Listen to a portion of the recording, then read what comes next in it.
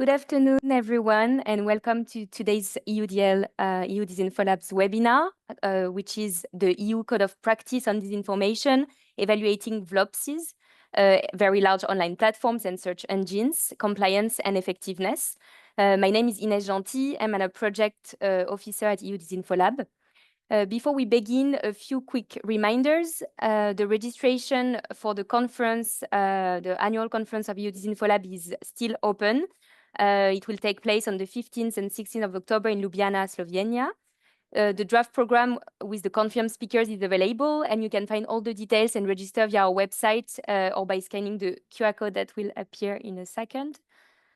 By the way, this webinar is recorded, and the recording will be available shortly on our YouTube channel, where you can also access our past webinars. For the questions you might have after the presentation, we will use Slido and not the Zoom Q&A. You can scan the QR code on the screen or go to slido.com directly and enter the code #disinfo. And we'll come back to your questions during the Q&A at the end of the session. So to get started, let's warm up with a couple of quick polls using Slido. It will appear on the screen in a second.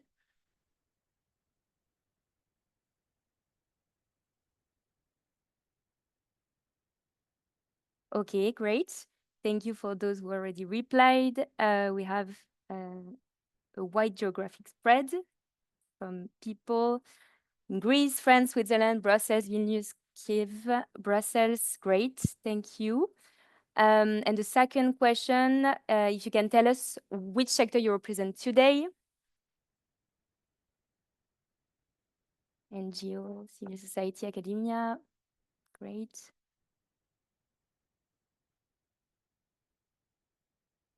Great, thank you. So for those who don't know EU DisinfoLab, we are an independent organization dedicated to gathering knowledge, conducting research, and investigating disinformation campaigns that target the EU, its member states, and core values. We also support community building efforts, connecting stakeholders across sectors in the fight against disinformation. And we regularly organize these webinars to highlight the work of experts across the counter-disinformation field, to help share knowledge and foster dialogue across disciplines. So about today's webinar, let's dive into the topic. Despite increasing regulatory pressure, disinformation continues to thrive on very large online platforms and search engines, so VLOPSEs. And platforms like Meta, Google, Microsoft, and TikTok are required to submit biannual transparency reports, outlining how they are complying with the EU Code of Practice, which is now the Code of Conduct on Disinformation.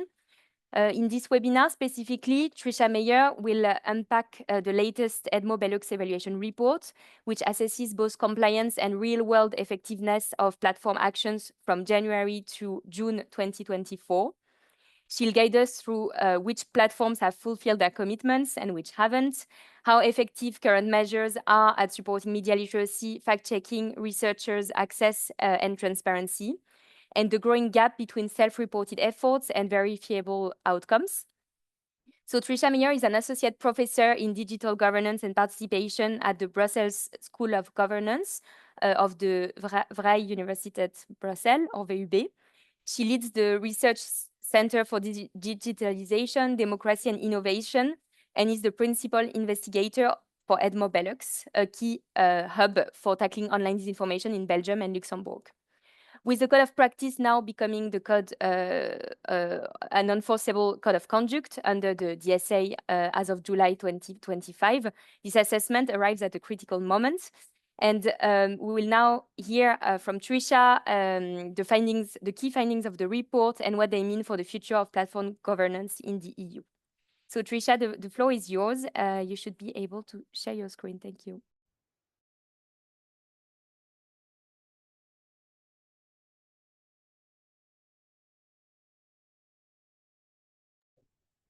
All right, I hope everyone can see my screen all right. We tested it, Yes, so all good. should be fine.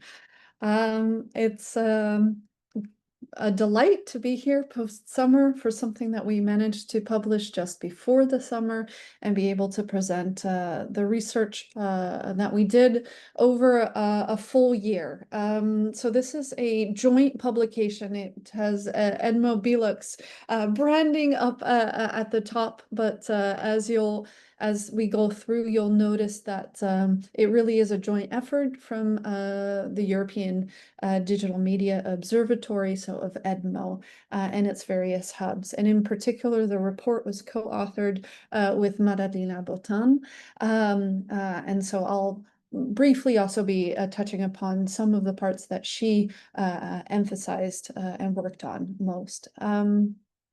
Click through. So for those, I think we like to think that we're an established label now, but just in case that isn't the case, what is EDMO? So EDMO EU is based in Florence, and it comprises a network of national or multinational hubs seeking to detect and analyze disinformation, to produce fact checks and other forms of ways of countering disinformation that might also be investigative reports, OSINT analyses, etc. To very much at a local level, provide media literacy support, trainings, in-classroom interventions, etc., speaking about the phenomenon and kind of giving, especially the youth, but it can also be through other means and targeting other older audiences, ways of understanding the information ecosphere and yeah, just pointing out the variety of opinions that are there, not trying to necessarily put a truth label on things, but trying to navigate these spaces. And we also provide policy support at national or sometimes at European level as well. There's a lot of monitoring during elections as well.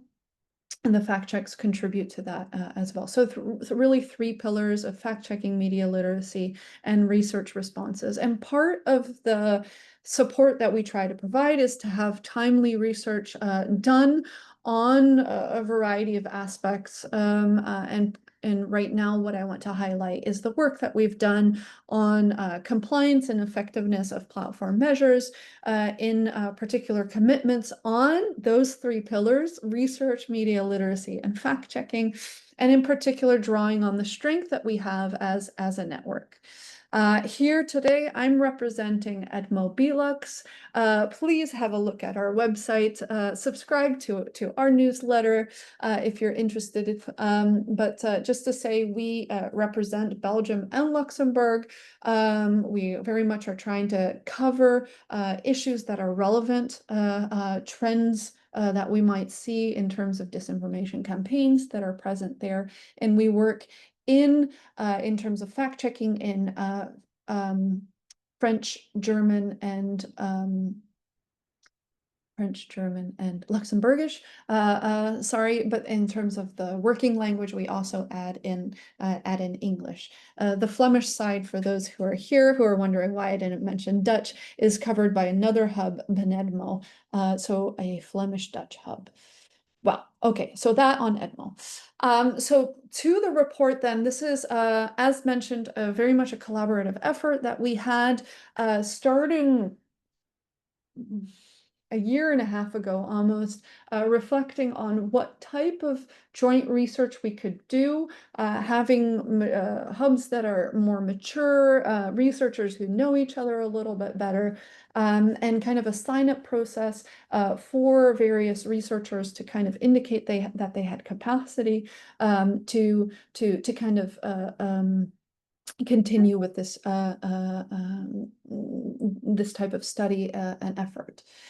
We ended up splitting kind of the work into looking at compliance and effectiveness, and there's actually a follow-up report, spoiler alert, coming hopefully in the coming month on political advertising, which was another way of assessing what platforms are doing. In the end, someone has to write it up, so Madalena and I took the fall, but we had amazing contributors along the way as well. This is also building on efforts that were done in the GADMO and so the German, Austrian, and Irish hub before, where some of us were contributors. So it was kind of a second round, especially on the compliance part. And I'd like to also indicate that today, EFCSN has published another report on the code of practice and kind of the future that it has as the code of conduct from the fact checker's perspective. And if I can manage to do things at a time, I can throw that in the chat for everyone to consult as well. So really interesting to kind of see how we're starting to have longitudinal efforts being placed in this type of monitoring really of platform, what platforms are doing. Okay. Right. So what did we actually do? We sought to understand what platforms were self-reporting under the code of practice, in particular in 3 domains, and I'll show you specifically which commitments those were. And to assess whether they were complying to what they've committed to under the code of practice. So it's a bit of an exercise of seeing what have they reported, what are all the different measures really that are put in place that they should be reporting on, as well as a qualitative assessment and verifying it where we could. The second thing that we did, and this from what we understand, at least with such a broad audience, has not been undertaken before, is really looking at what the community is reporting in terms of the efforts that platforms are doing in these 3 fields. And so this is something that we sought to draw on the richness and the geographic diversity that we had of making sure that from all parts of Europe, kind of there was a contribution to what does this mean? Because a lot of the code of practice measures, or not a lot, but in any case, it also pulls to kind of what's happening at a local level. And in things, think of, for instance, fact checking, you very much need to be working in the local languages. For media literacy, it has to be localized and kind of specific to the educational systems or to particular sensitivities that there might be there, right? And so we did this bottom-up verification, starting from the EDMO network, but others were also very welcome to join in. And this survey ran in December and January of 2025. Notably, this is when Mark Zuckerberg showed some form of midlife crisis and decided that they would, in a US context, be pulling back on particular fact-checking efforts. And so the survey kind of reflects some of that and anticipation of what might happen in a European context as well. The platforms that we looked at were very large online platforms and search engines, Facebook, Instagram, YouTube, Google Search, LinkedIn, Microsoft Bing, and TikTok. In terms of the survey, we had about 150 responses, but 103 that we could actually do something with. So there was a bit of data cleaning required. I will be highlighting in the coming little while some of the one particular case, ta-da, Belgium. But let me show you why. Not only is this because, well, I'm in Belgium and I represent BELUX, but also because that was the highest number of results that we got. So it's something that we qualitatively, other than doing a European analysis, could do a bit more with. Anyways, so here are the commitments of the Code of Practice Conduct that we looked at, particular efforts on which we felt that we could ask the community for feedback, right?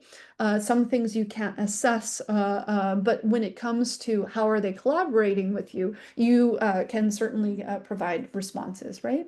So what are the media literacy initiatives that they've been reporting or that they have noticed in local context, 2 sides of it? What kind of tools are available for labeling in particular, for helping users identify disinformation? In terms of the research community, primarily focused here on cooperation with researchers, but in the context of giving access to data relevant under the context of thinking of DSA access requests, etc.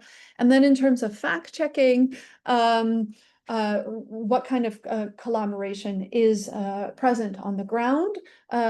Is that pan-European, or is it actually specific to national context? And what is the experience in fact-checking? And well, what are they offering in terms of fact-checking integration, and what is the experience of that, as well as having access to relevant information for fact-checkers? Okay, in terms of the survey, then you can see it, especially with the bar graph at the top, what I was talking about in terms of Belgium having a nice number of results. If anyone here online participated in this survey, thank you very much. We know that the formatting was a little bit clunky, but we're glad that you persisted, and really, it was very interesting going through the results and finally having something to kind of, other than doing spot checks and desk research on whether there is compliance, of actually being able to really measure that and having responses to that. Okay, the survey looked something like this. Has Google, for instance, collaborated with media and information literacy experts in your country? So that could be reporting on whether you've had that type of contact, or you know of others who've had that, etc. Okay. Then I'll talk through here compliance, and in terms of effectiveness, I'm especially going to focus on the Belgian case because it nicely represents the whole. A whole lot of red and orange, as you can see, and it was interesting right before this call to look at the report that EFCSN has published, to see that not a whole lot has changed, if not gotten worse. They looked at the reports of 6 months later, so fall of 2024. When we were looking at user empowerment, compliance was, as a reminder, looking at to which extent are they self-reporting what they should be self-reporting, and does this kind of fill in what they've committed to, right?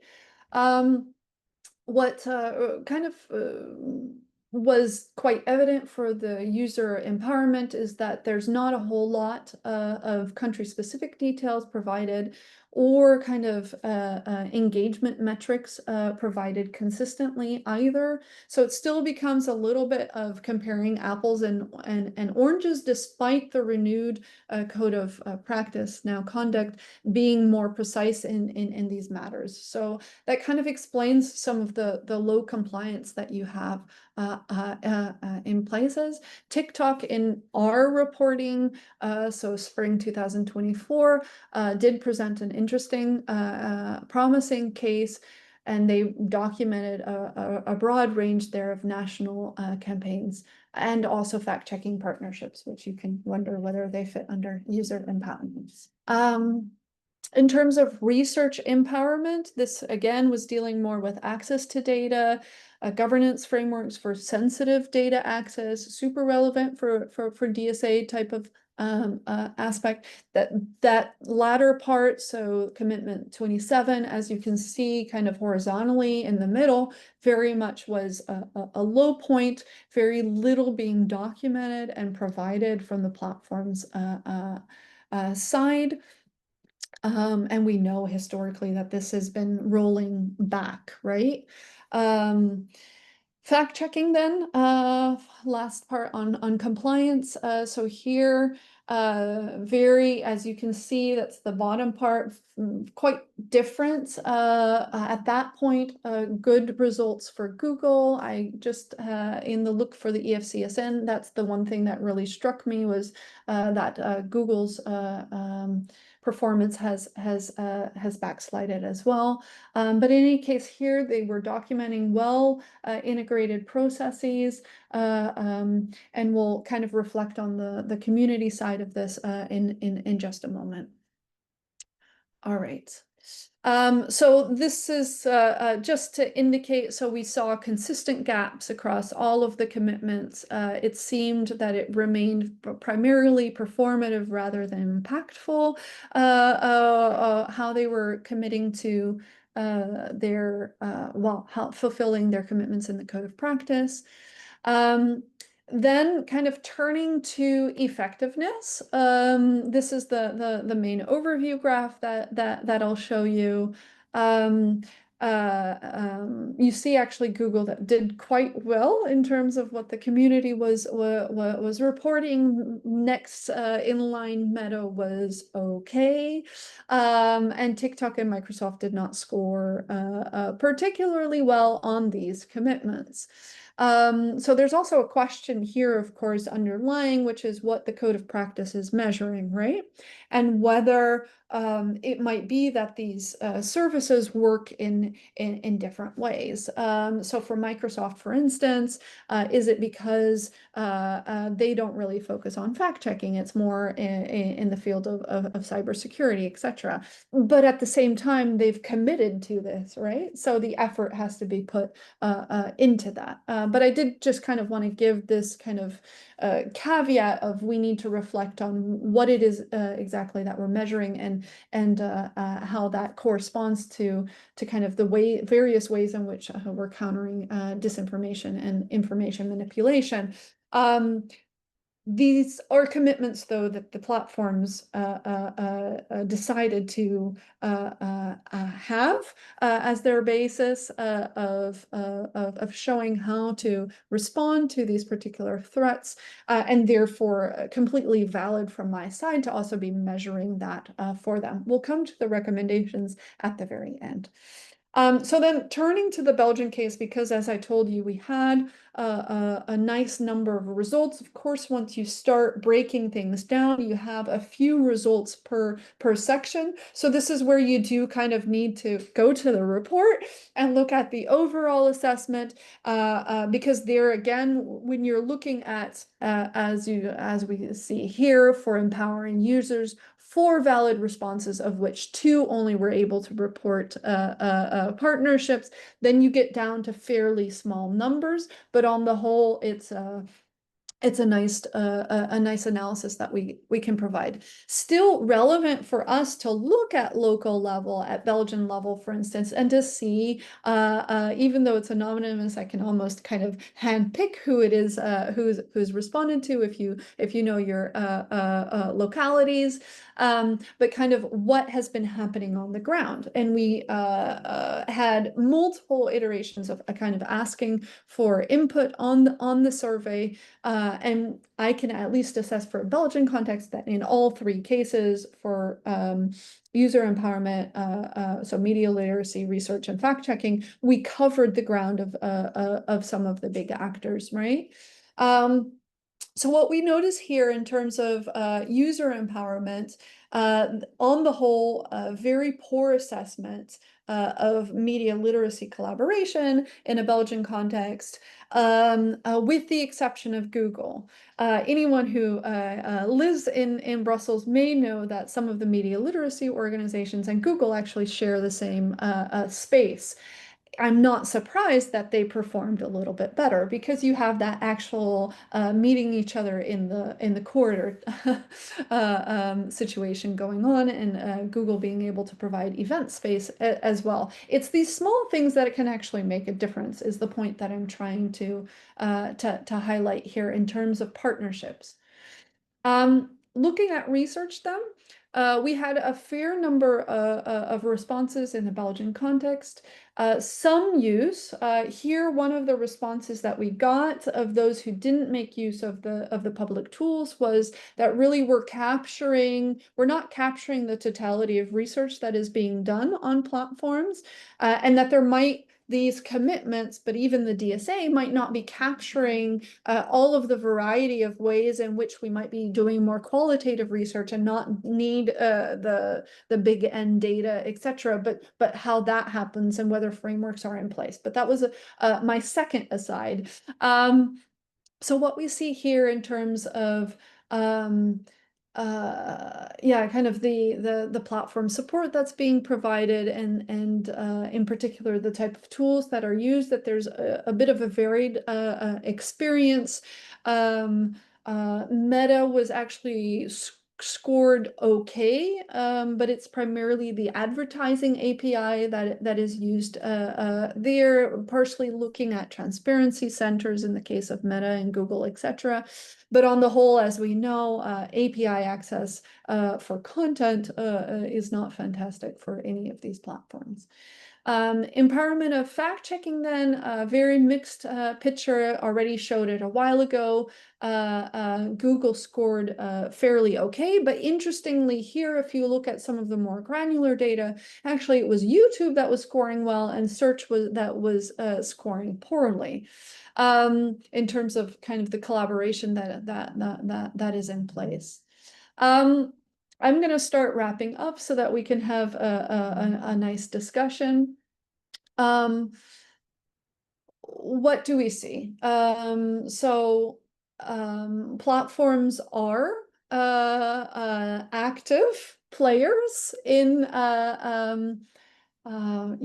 shaping the prevalence, encountering disinformation through their policies. Let's not ignore what's in their policies, even if they're not implemented, such as the case of X that we did not consider here, and in their practices, in their content moderation, in the algorithms, etc. That's probably a fairly obvious point for this crowd, but if you think a few years back, and in particular where we came from in the liability debate, that's something that has only actually fairly recently been established, that platforms are not neutral, right? So I always think it's relevant to kind of still highlight that. And you notice that in particular when you have the whims of platform owners that kind of come to play there. So unfortunately, they're incontournables they're you can't avoid them. You kind of have to deal with them in this space. We have EU legislation that is placed, that is being criticized, that is being pressured from a US administration even as being censorship tools. We haven't, I would say, at least in terms of kind of for disinformation and for these commitments, we haven't really reaped the fruit of it yet. And so despite all of this, we haven't gotten terribly far in keeping them accountable. Collaboration of platforms with local communities, as we saw in our community survey, but even with the compliance actually is very meager. They provide also very little data on what their local engagement is. Unsurprisingly, at a community level, you don't see a whole lot reported back either, right? I think that's the most important finding of we still are in a situation where locally there's not a terrible amount ongoing. And then kind of what can we then recommend in this context? These recommendations are more specific to Belgium, so maybe I'll kind of skip that and just turn to this last one. Again, I think they're fairly evident, but in terms of user empowerment, we need stable long-term collaboration. We need it with more than just one actor, and this is a continuous effort. That's a difficult thing, right? Sometimes you have, because there's funding programs such as EMIF, etc., you have kind of a surge. And as we know, those don't provide long-term solutions. I realize that from a platform's perspective, that's a lot of plugging in at a local level. But well, we are dealing with local people. We are dealing with individual citizens who we would like to make aware, at least, of some of the things that they're seeing on the social media platforms as they're browsing them, right? You need to also therefore localize tools and resources and support education, strengthen engagement. In terms of the research community, facilitate access to data for research, haha. And Yeah, just I would say in the context of the DSA as well, we really need to have this place where there's transparency and where it's easy processes that can be run through, where there's kind of an outcome that you could foresee, and not kind of the ad hoc measures that we seem to see as a result of various requests. Having myself worked with a few of the different APIs, there are things that you can do currently still. In particular, I've used the Meta advertising API. Sure, it has its limitations, but that I would say is actually one of the instances that you could still do some things. So I can only really encourage platforms to continue to facilitate, strengthen the way that they provide access to research. And then finally, on fact checking, well, again, those partnerships with fact checking organizations need to be formalized and don't have backsliding. In particular, improve access to data. So this is about the quality of the data, the information that is being provided in those partnerships, that certainly there was deemed to be aspects of improvement possible. So it's just a lot of please do more if we come down to it. But I think we see really in this particular report that it's a confirmation of some of the things that are lived. It's nice to have the data to back that, both from a self-reporting side to be able to show shortcomings, as well as from a community side. And I'm just really chuffed that we managed to have collaboration at EDMO level that really brought together the strengths of what various hubs can offer. So thanks, very happy to answer questions. I will try to be as on topic as possible and provide you with as many details as possible. And as a reminder, please don't hesitate to follow the work of our hub. Thank you very much, Trisha, for this interesting presentation. Let's now open the floor for your questions. We have around 20 minutes for discussion. Just a quick reminder to submit your questions via Slido, not the Zoom Q&A. You can scan the QR code on the screen or go to slido.com directly and enter the code #disinfo. While we wait for a few more questions to come in, I'll take the opportunity maybe to ask a first question, going a bit beyond the report here, but I'd be interested to know, in your view, how could we ensure that signatories of the new code of conduct are held accountable in practice and not just on paper, but through actual enforcement and meaningful fines? And what tools, oversight mechanisms, or reforms are still needed to make the DSA a truly effective framework for tackling disinformation at scale, in your opinion? If we had a solid answer to that, I think we would be rich. I think we could. The commission is looking for those answers as well, right? But more seriously, I think what we notice, at least with the code of practice, the fact that it has become a recognized code of conduct, and therefore a tool that can be used within the DSA. That gives a first answer. So my understanding is that the signatories can opt to use the code of conduct now as a way of showing that they're fulfilling DSA,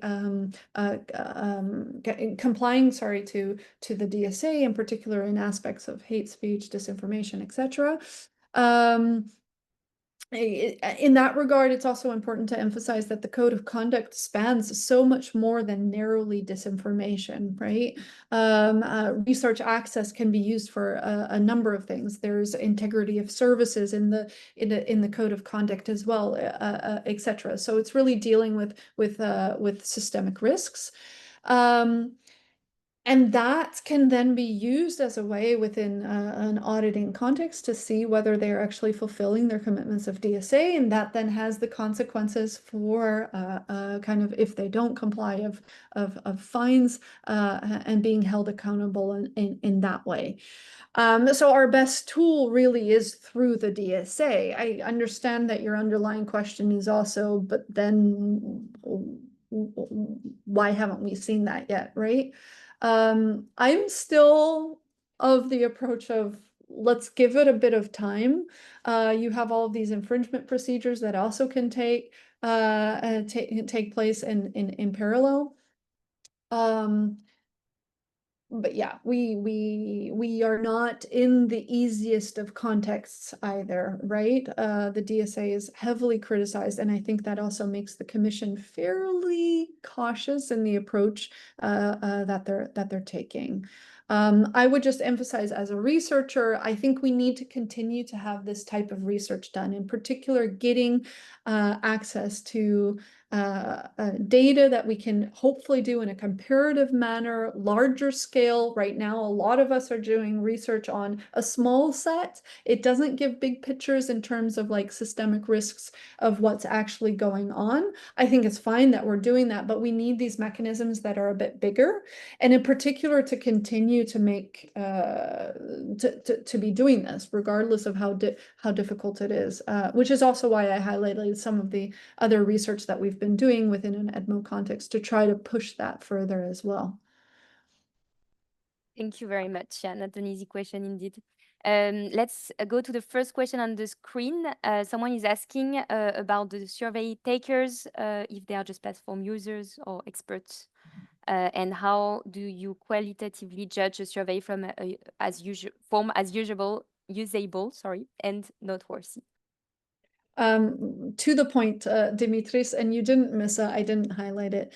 No, so the survey was first distributed within an EDMO context. So we're 14 hubs, 15 officially now.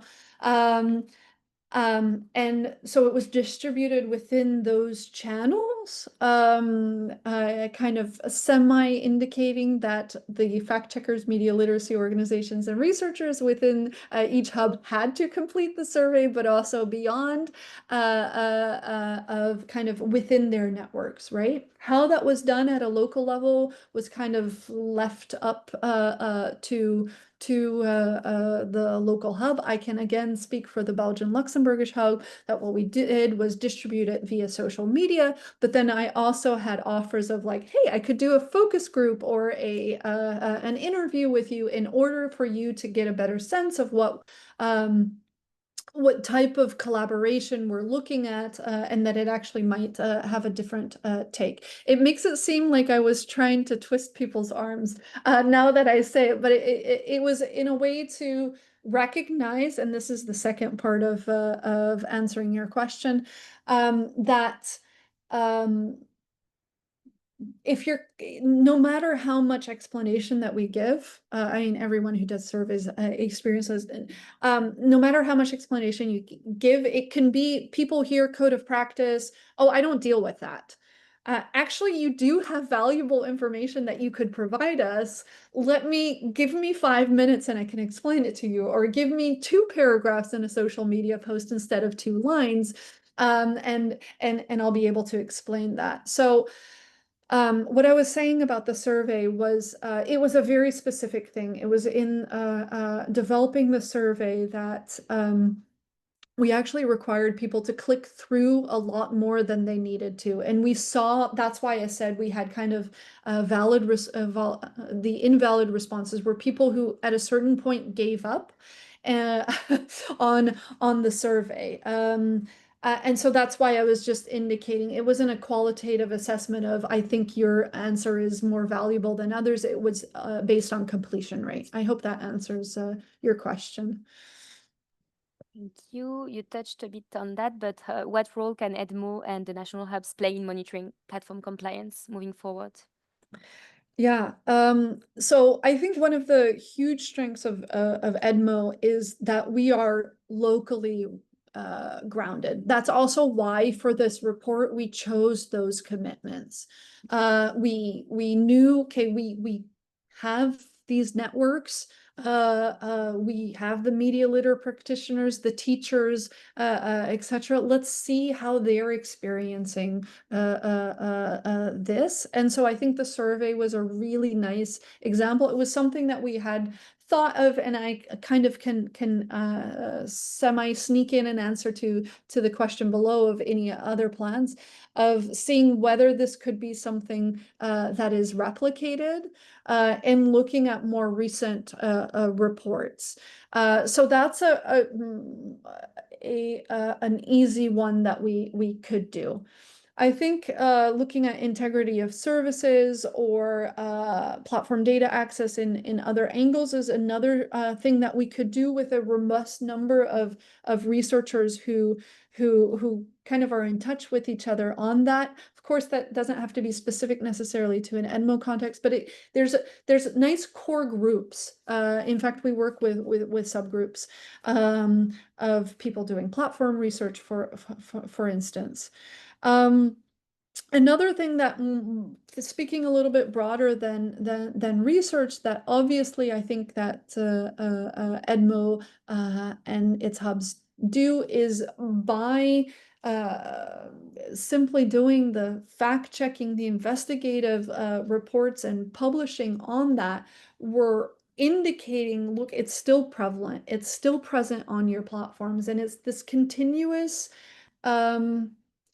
I describe it as and this is in a negative way, a whack-a-mole exercise. So whack-a-mole means it keeps appearing, but nonetheless, you need to do that. You need to continually show, okay, we were able to verify that this is false information, and it's on that platform, right? Or it's through these networks. So not just to say that the VLOPSes are that it's present there, but it's thinking of it as the wider ecosystem as well. I think that's something very much that we can do. And then just to finalize my answer on the second part on the other commitments. So as indicated, we've been looking at political advertising. That's chapter 4, I believe, under the Code of Conduct.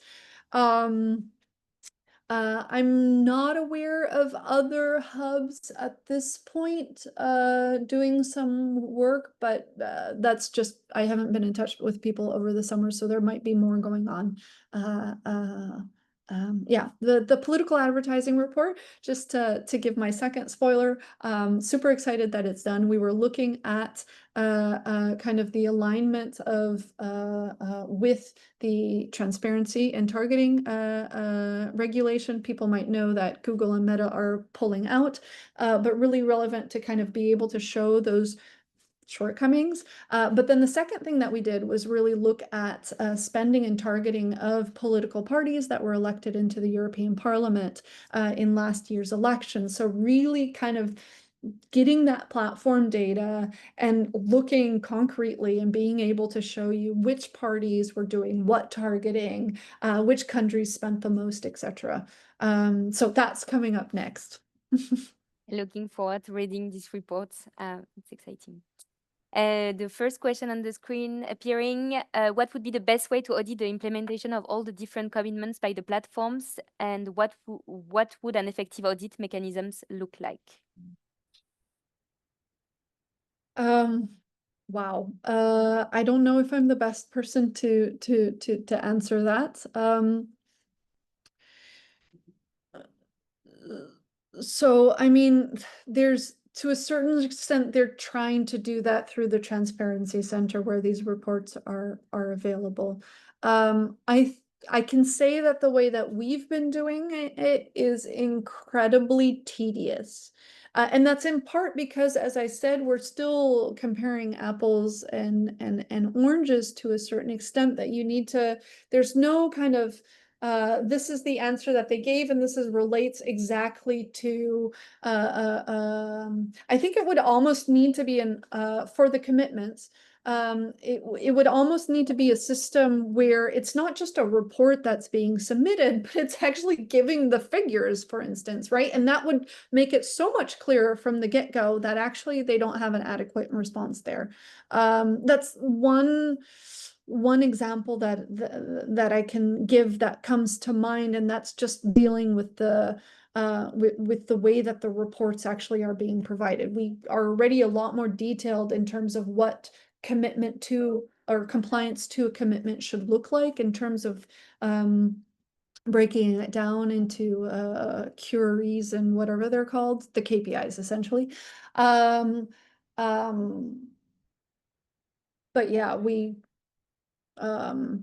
that would be, sorry, that was a very inadequate answer to a good question. But more structure, certainly in the way that the reporting takes place, and especially on metrics, I think it really needs to be broken down into, okay, this is part of this file that you're submitting, right? Rather than it all being text, essentially. Thank you. Now we can maybe select the two first questions at the same time. Any plans to analyze the other commitments? And the second question, how was your report received by Belgian digital service coordinators and the Commission? If you can answer maybe both at the same time. So the previous one, I think I did try to answer. I tried to sneak that in. So that's where I mentioned the political advertising report. I didn't get any engagement of the Belgian DSC.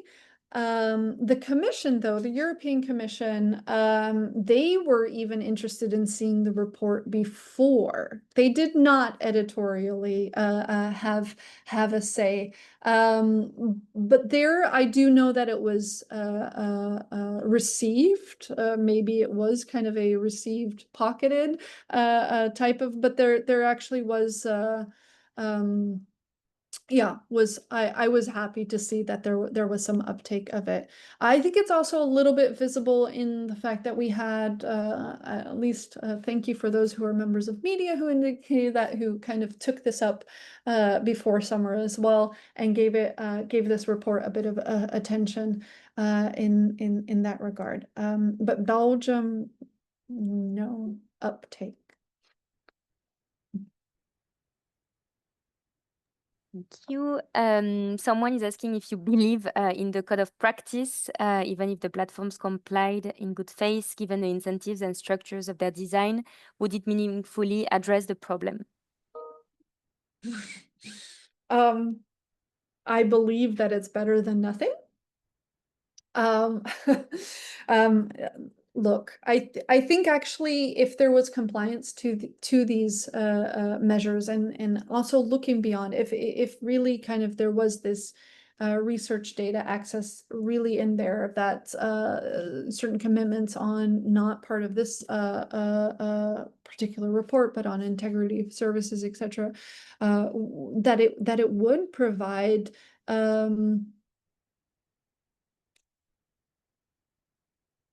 it's a multi-stakeholder problem. It needs multi-stakeholder responses. So I also want to just kind of indicate it's not all on the platforms, right? But it means that you need good collaboration to provide robust responses also to something that is continually evolving, right? Us dealing with disinformation now is different than a year ago. Just take all of the Gen AI aspect, take all of the weaponization of that, of kind of feeding it with particular responses, etc. If this is a broader question of, are we going to reach things with the DSA, I do think that it's good that platforms are being held responsible. Are we dealing with systemic issues that are underlying due to their algorithms, their business incentive structures, etc.? Of course not. But that doesn't mean that we shouldn't be doing it. So yes, I believe in the code of conduct.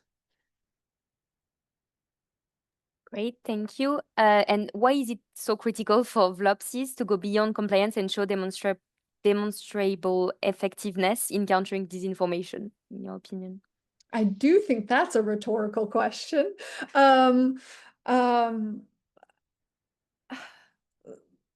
okay, so there is a matter of, does it matter what's being put on paper if you're actually doing it? Well, I mean, it goes hand in hand. This is what transparency is about. So to reverse this question, showing transparently that you are or are not doing anything doesn't actually deal with the underlying problem. So you could be transparent about, take a different example. A politician could be transparent about being corrupt, but if you don't deal with the issue, then it's not a problem. Then it continues to be a problem. But similarly here, if you're not even showing effectiveness, well, then we're not really dealing with the issue, are we? And I think we do know from experience that the issue is not, there's much more that could be done, right? I think that answered the question. Yes. So someone is asking, are there any data or ideas on how that affected the situation after Meta's announcement about them backrolling things? I guess referring to the last. Yeah. So I would say let's all collectively look at the EFCSN report to see, because they got the data from like 6 months later, right?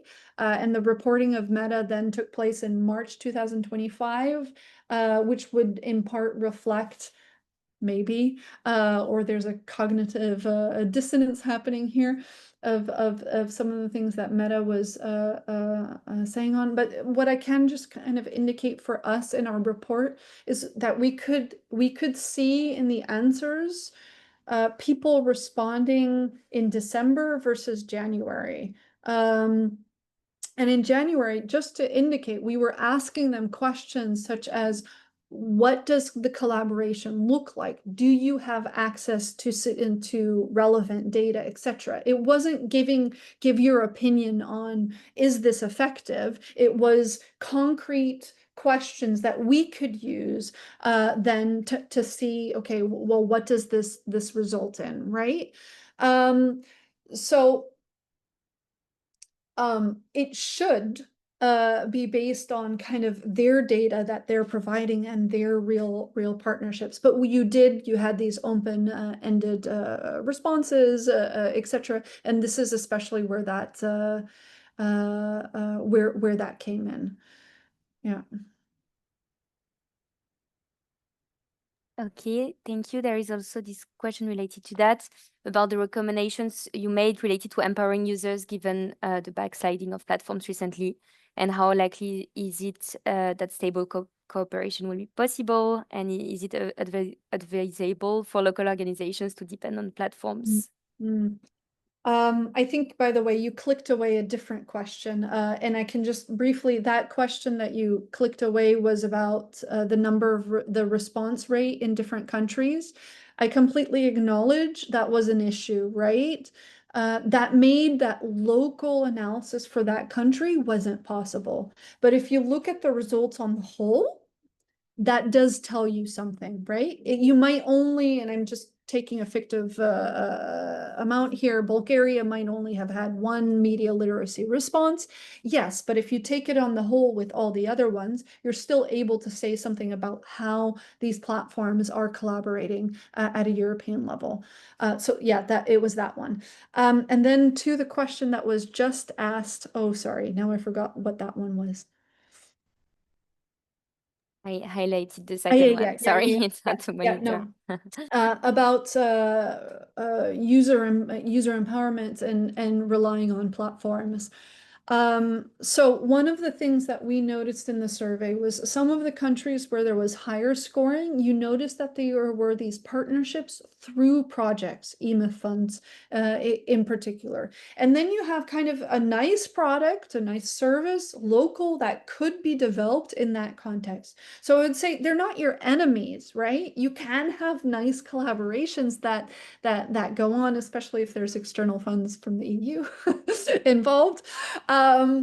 But is it also on media literacy in particular? They're not the only ones that matter. I think the local engagement that's taking place is super, super important. Of course, if we're thinking of young people, they're all using those services. So we need to have those discussions about the tensions that we see, the risks that are present, and then put that pressure on continually.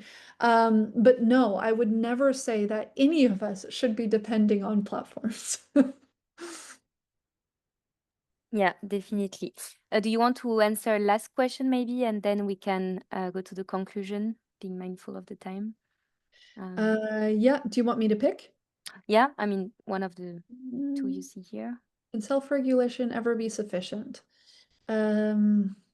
Stricter legal obligations with real sanctions instead of relying on voluntary. Yeah, I mean, so Pavlo, that's kind of the magic of it becoming a code of conduct, right? Where if signatories have committed to the code of conduct, they can use this as their adherence to DSA commitments and DSA obligations, rather. Sorry. And in that sense, it's kind of it's not self-regulatory. It becomes a co-regulatory and a backstop. Now, the bigger question is, if this is one of the forms in which you can show compliance with DSA, what if there's easier ways to show compliance to the DSA? And with that open question, I will stop. Thank you very much, Trisha. I guess the next evaluation period will be crucial as well in determining whether platform accountability improves under regulatory pressures or not. And we can now conclude this session. Thanking you again, Trisha, for sharing your insights, and for all of you for staying until the end of this webinar. Also, a big thank you to Anna in the background and the rest of the team for their support behind the scenes. And before we close, a quick reminder that the recording of this webinar will be available shortly on our YouTube channel. And also the next webinars are on the screen. We will be announcing the rest shortly, so keep an eye out for them. The next one is next week on the 18th of September. And we hope to see you again very soon, either online or in person at the annual conference in Ljubljana this October. Thank you again, and have a great afternoon. Bye. Many thanks. Bye-bye.